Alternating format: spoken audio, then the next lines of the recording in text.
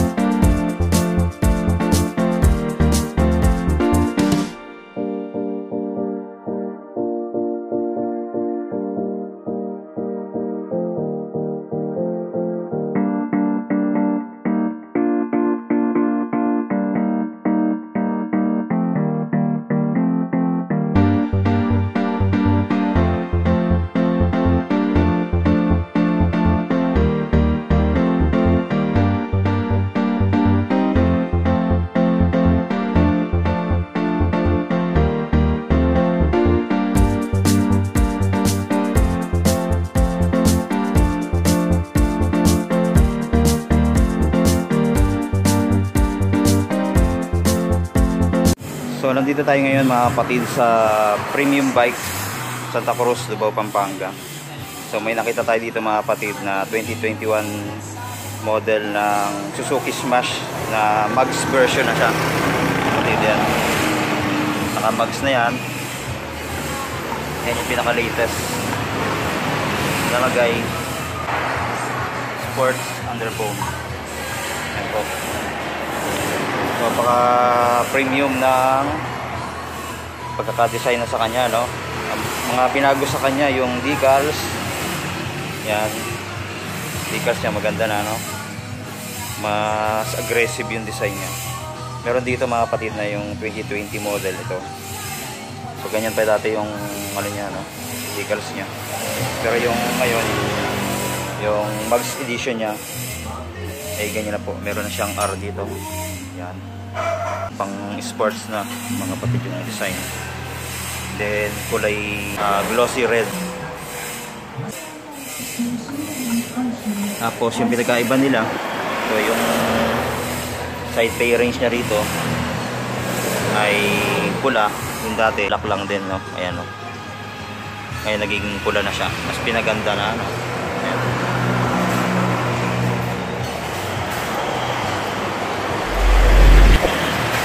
Tapos sa kanyang panel analog pa rin, pero mas pina-aggressive nila yung design ng analog, no? Ayan, makikita natin. Ito yung dati, no? So ganyan lang siya yung design niya. Yung latest mas pinaganda pa nila. Tapos yung pindutan ng ilaw wala dito. Dati meron dito, no? Yan.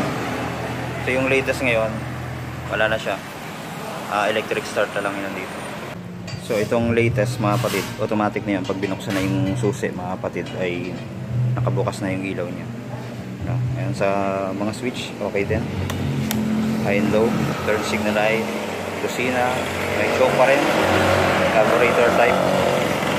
Pero Euro 3 mga kapatid din. Electric start, yung throttle niya okay din. Then yung preno sa harap. So semi-automatic mga kapatid. Yung panel niyan same pa rin ng dati. Pinaganda lang nila. Naging aggressive mga kapatid. Pati yung looks mga kapatid, maganda na. 4 speed. Then yan. Mags.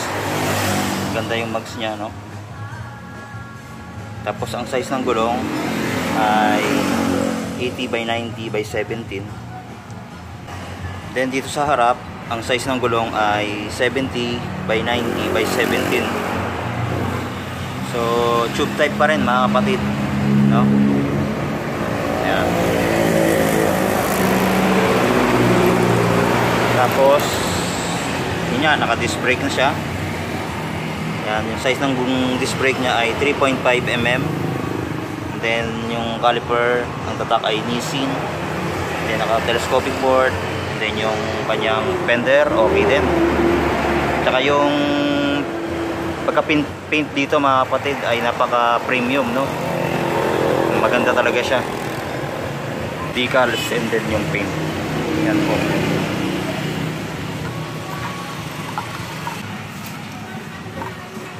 Sa tambucho, same pa rin sila nung dati, no?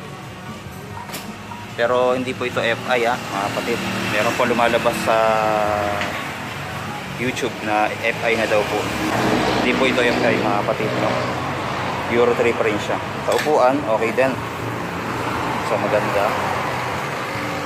Then yung compartment, tingnan natin. Yan. Sa compartment, okay, ito lang. Pwede rin lagyan natin ng mga personal na gamit natin. And then yung battery niya dito mga kapatid. Ayan. And then sa fuel tank, ito may cover din. Ayan. Tapos ang fuel tank capacity ay nasa 4 liters. Ganun. Ayan. Ito yung grab bar, okay din. Glossy black. Then dito sa headlight, yan. Same pa rin nung sa dati, no? Pareho pa rin halogen bulb. Tapos yung logo dito ng Suzuki, same pa rin. Dito, okay din. Mas pina-aggressive lang talaga nila yung decals. Pag nakakita mo sa personal to mga kapatid, mapapalingon ka talaga, no? Kahit 115cc lang siya. Sa signal light, yan. Same pa rin. Yan po.